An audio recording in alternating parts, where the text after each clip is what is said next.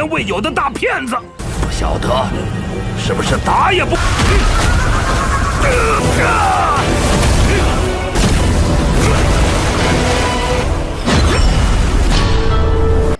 世间何事，最修炼体内剑炉可自。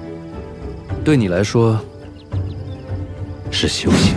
Halo kalian semua, selamat datang di channel Donghua Master. Bagaimana kabar kalian semua? Mimin harap kalian semua baik-baik saja. Dan pada video kali ini kita akan melanjutkan alur cerita dari serial Donghua Sword of Coming episode ke-16. Dan sebelum kita masuk ke cerita terbaru, mari kita sedikit mengingat cerita sebelumnya, yang dimana pada cerita sebelumnya Campingan melakukan pertarungan duel melawan Mukusuan, yang dalam pertarungan itu juga kita diperlihatkan dengan flashback masa lalu mereka, yang ternyata ayahnya Campingan sendiri telah dihabisi oleh ayahnya Mukusuan karena ayahnya Mukusuan mendapatkan perintah dari seorang petinggi, yang cerita itu semakin menambah latar belakang antar kebencian mereka berdua. Dan juga kemarin kita mendapatkan cerita dari Campingan yang diajarkan teknik spiritual oleh seorang penetua dari sebuah pilobat, yaitu sebuah teknik yang disebut pernapasan bukit. Singkatnya, dengan menggunakan teknik itu Campingan bisa memberikan luka yang fatal kepada Mukusuan, sampai juga Campingan menggunakan pisau pemberian dari Ningyao membuat Mukusuan berada di kondisi terluka, dan pada akhirnya Campingan memberikan serangan fatal kepada Mukusuan, dan itu merupakan inti cerita pada cerita sebelumnya. Kalau gitu pun sekarang langsung saja kita masuk ke bagian cerita terbaru. Cerita ini berlanjut dengan diperlihatkan sekarang kakek Yue yang sedang bertarung melawan pedang putihnya Ningyao.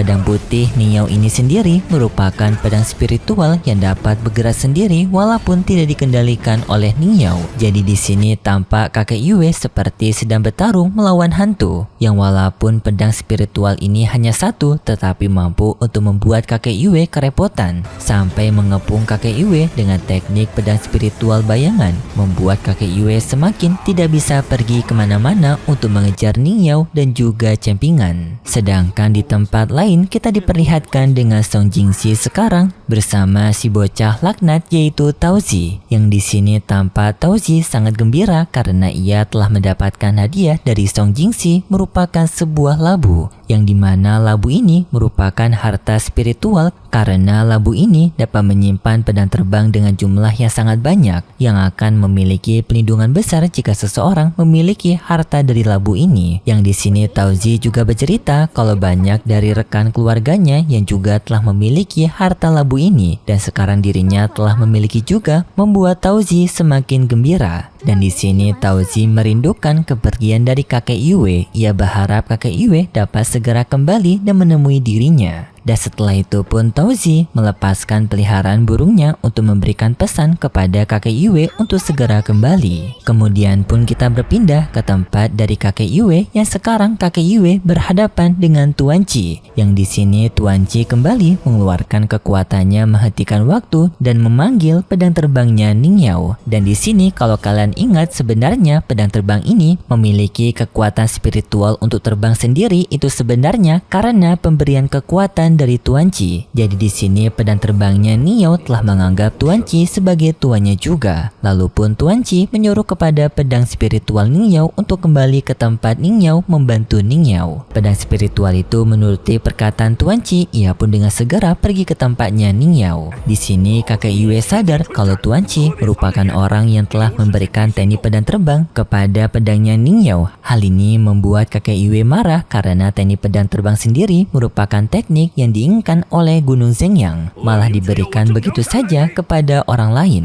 Yang di sini juga kakek Yue menuduh kepada Tuan Chi yang telah mencuri teknik dari buku pedang terbang dan diberikan kepada Taman Fenglai. Tuan Chi menjawab bahwasanya tuduhan itu tidak tepat. Dirinya mana mungkin sampai membutuhkan waktu 60 tahun untuk mengambil teknik dari pedang terbang tersebut. Yang lalu pun adanya seorang kultivator dari Gunung Zhenwu yang datang untuk permisi lewat di hadapan mereka. Tuan Tuan Chi memperboleh kultivator itu untuk pergi. Hal ini pun membuat kakek Yue marah kenapa kultivator dari Gunung Zewu diperbolehkan untuk lewat tetapi dirinya malah dilarang. Kakek Yue sekarang masih memiliki urusannya sangat penting untuk memberikan pelajaran kepada dua anak nakal yaitu Cempingan dan juga Ning Yao. Tuan Chi menjawab kalau Gunung Zewu memiliki dua tipe manusia yaitu baik sejati dan juga penjahat sejati. Tetapi untuk kakek Yue merupakan seorang monster karena telah sengaja melukai Liu Xuanyang sampai membuatnya sekarat dan sengaja juga tidak menewaskan Liu Xuanyang agar tidak kakek Yue diusir dari wilayah kota ini oleh Tuan Chi. Perkataan itu membuat kakek Yue marah dan ia pun menghina Tuan Chi dengan mengatakan garis keturunan Tuan Chi merupakan garis keturunan dari seorang sastrawan yang sangat hebat pada keturunannya Tuan Chi dulu. Tetapi tak disangka keturunannya sekarang malah mendapatkan penurunan, alias Tuan Chi ini dianggap sebagai keturunan yang gagal. Tuan Chi diam saja atas penghinaan tersebut, membuat kakek Yue semakin kesal dan ia pun langsung menyerang Tuan Chi.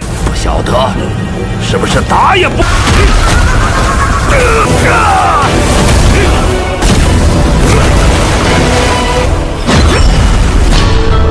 Tetapi tak disangka Tuan Chi dengan kekuatannya menghentikan waktu kembali dan memberikan tekanan kepada Tuan Chi yang hanya dengan satu kali tekanan membuat kakek Yue sadar kalau Tuan Chi ini kekuatannya tidak bisa diremehkan. Seketika pun kakek Yue memutuskan untuk mundur, tetapi sebelum mundur kakek Yue ini memberikan tanda cemen kepada Tuan Chi. Yang aneh banget cuy, padahal ia yang kabur malah ia yang ngasih tanda cemen. Seharusnya kan kakek Yue yang pengecut. Sedangkan dalam pertarungannya Mukusuan melawan Cempingan sekarang, pertarungan mereka berdua sekarang dihentikan oleh perwakilan dari Gunung Zewu sebelumnya. Yang di sini karena Mukusuan telah bergabung dengan Gunung Zewu, makanya di sini Mukusuan mendapatkan perlindungan dari Gunung Zewu. Gunung Zewu meminta kepada Cempingan untuk menghentikan pertarungan mereka berdua karena di sini Mukusuan tidak boleh sampai tewas karena Mukusuan merupakan calon bibit unggul dari Gunung Zewu mereka. Dan untuk permasalahan antara Cempingan dan juga Ning Yao bersama dengan kakek Yue sekarang telah diselesaikan oleh Tuan Chi sebelumnya. Jadi untuk sementara waktu sekarang mereka berdua tidak akan dikejar-kejar lagi oleh kakek Yue. Dan jika sekarang Cempingan merasa tidak puas karena Mukusuan yang diselamatkan oleh Gunung Zewu, maka Cempingan akan diberikan kesempatan nantinya untuk pergi ke Gunung Zewu mendapatkan keadilan. Setelah itu pun perwakilan dari Gunung Zewu membawa Mukusuan pergi dari sana. Serta di sini sebenarnya perwakilan dari Gunung Zewu telah mengakui kalau Cempingan memenangkan pertarungan ini. Tidak lama kemudian Tuan Chi datang ke tempatnya Cempingan dan juga Ning Yao. Tuan Chi memberikan kabar baik kepada mereka berdua, yang dimana kakek Yue bersama dengan Gunung Zeyang akan segera pergi meninggalkan kota mereka, membuat mereka untuk sementara waktu ke depan akan selamat dari kejaran kakek Yue. Dan untuk kondisi Liu Xuanyang, ia sekarang berada di kondisi yang sangat aman, nyawanya tidak akan terancam lagi karena ia telah mendapatkan bantuan dari seseorang. Tetapi pada saat ini kondisi Cempingan tampak lebih buruk daripada Liu Xuanyang. Ning Yao bertanya kepada Tuan Chi bagaimana sekarang kondisinya Cempingan. Tuan Chi menjawab kalau Cempingan sekarang bisa dibilang berada di kondisi yang cukup mengkhawatirkan akibat jembatan spiritual Cempingan sebelumnya yang telah dipatahkan oleh kultivator perempuan yaitu Cai Jin pada episode-episode awal, membuat kehidupan Cempingan tidak akan panjang. Dan akibat pertarungan sebelumnya memaksakan Cempingan untuk menggunakan kekuatan kehidupannya, membuat Cempingan sekarang kemungkinan akan sulit bertahan hidup, bahkan 10 hari itu merupakan maksimalnya. Tetapi Tuan Chi menyarankan untuk mengajari Cempingan ilmu bela diri tinju, karena itu akan membantu mempertahankan kehidupan Cempingan. Ning Yao yang mendengar itu cukup kaget bagaimana bisa seni bela diri tinju akan membantu nyawanya Cempingan. Tetapi Tuan Chi meyakinkan kepada Ning Yao bahwasanya apa yang ia katakan merupakan hal serius. Ning Yao mengerti perkataan dari Tuan Chi, ia akan mengikuti perkataan Tuan Chi. Setelah itu pun Ning Yao bersama dengan Tuan Chi membawa Cempingan pergi ke tempat yang aman. Yuan. Di tengah perjalanan mereka, Ningyao ingin bertanya mengenai informasi dari Tuan Chi ini. Sekarang Tuan Chi berada di ranah apa, dan apakah sekarang Tuan Chi berada di atas 5 ranah ataupun Tuan Chi sekarang telah menjadi makhluk abadi. Tetapi Tuan Chi tidak menjawab pertanyaan tersebut, yang sampai pada akhirnya Tuan Chi berpamitan dengan mereka. Ningyao juga dengan segera membawa Campingan untuk pergi ke kediaman mereka kembali untuk menyembuhkan lukanya Campingan. Dan setelah Ningyao bersama Campingan pergi dari sana, tanpa Tuan Chi memotong sebuah batu. Batu itu dibelah menjadi 2 dan lalu membawanya pergi. Sambil di sini Tuan Chi mengingat kalau Campingan ini mirip dengan dirinya waktu ia masih muda, yaitu sama-sama keras kepala. Singkatnya, batu yang telah dipecah menjadi 2 tadi, satunya ditaruh ke kediamannya Campingan, satunya lagi ditaruh ke tempat dari keluarga Ruan alias tempat dari Liu Xuan yang berada sekarang. Dan tanpa Tuan Ruan mengetahui Tuan Chi yang telah memberikan batu ini kepada mereka, seketika pun membuat Tuan Ruan merasa kagum karena tak disangka Campingan dan juga Liu Xuanyang akan dihormati oleh Tuan Chi, karena jarang sekali Tuan Chi menghormati seseorang seperti kedua anak ini. Sedangkan di tempat dari akademi Tuan Chi sekarang, tanpa sekarang pelayan dari Tuan Chi mendapatkan seorang tamu yang disebut dengan Tuan Ma. Yang di sini Tuan Ma meminta kepada pelayan itu untuk membujuk Tuan Chi kembali ke tempat dari akademi sastra mereka, karena jika Tuan Chi kembali ke tempat sastra mereka, maka Tuan Chi akan mendapatkan potensi yang besar. Sangat disayangkan potensi yang dimiliki oleh Tuan Chi yang besar harus terjebak di kota ini. Sedangkan di tempat dari Taman Fenglai sekarang, tanpa sekarang Taman Fenglai sedang mencari sisilah keluarga dari keluarga Chen alias keluarganya Campingan. Tujuan dari Taman Fenglai untuk mencari sisilah dari keluarga Chen masih belum diketahui untuk apa. Namun di sini tanpa Taman Fenglai juga ingin membantu kesembuhan dari Liu Xuanyang dengan mereka akan memberikan pil penyembuhan kepada Liu Xuanyang. Sedangkan di tempat dari kultivator Gunung Zewu sekarang masih bersama dengan Mukusuan. Yang di sini kultivator dari Gunung Zewu marah kepada Mukusuan, walaupun kultivator Zewu mereka merupakan kultivator militer yang berfokus untuk melakukan pembasmian kepada seseorang, tetapi mereka tidak bisa membasmi sembarangan orang. Jika Mukusuan ingin membasmi Ningyao, maka Mukusuan diperbolehkan karena sama-sama orang kuat, tetapi untuk Campingan ia tidak memiliki kekuatan sekuat Ningyao. Jadi sebagai kultivator militer, mereka tetap memiliki harga diri untuk memilih lawan mereka yang setara. Mukusuan pun langsung berkata jujur kalau di sini dirinya memiliki masalah dengan Campingan, karena dulu ayahnya Mukusuan pernah membasmi ayahnya Campingan dan ia takut Campingan memiliki dendam seperti itu dan akan malah membasmi neneknya. Dan di sini karena Mukusuan akan pergi ke Gunung Zewu, ia takut neneknya tidak akan mendapatkan perlindungan siapapun. Jadi untuk menenangkan hatinya, maka ia ingin membasmi Campingan agar Campingan tidak bisa melukai neneknya. Kultivator Gunung Zewu mengetahui hal tersebut dan ia tidak melarang Mukusuan untuk melakukan hal itu, tetapi ia meminta kepada Mukusuan untuk menanggung semua dosa itu sendirian. Dan setelah itu pun mereka kembali ke kota, tetapi setelah mereka sampai di kediaman Mukusuan, tiba-tiba saja neneknya Mukusuan tergeletak seperti tak bernyawa.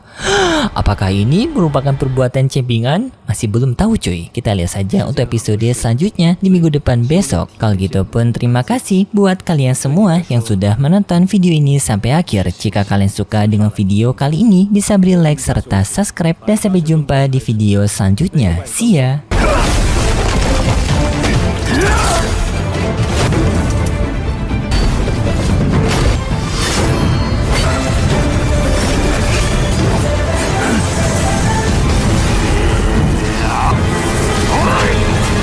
千年未有的大骗子，不晓得是不是打也不。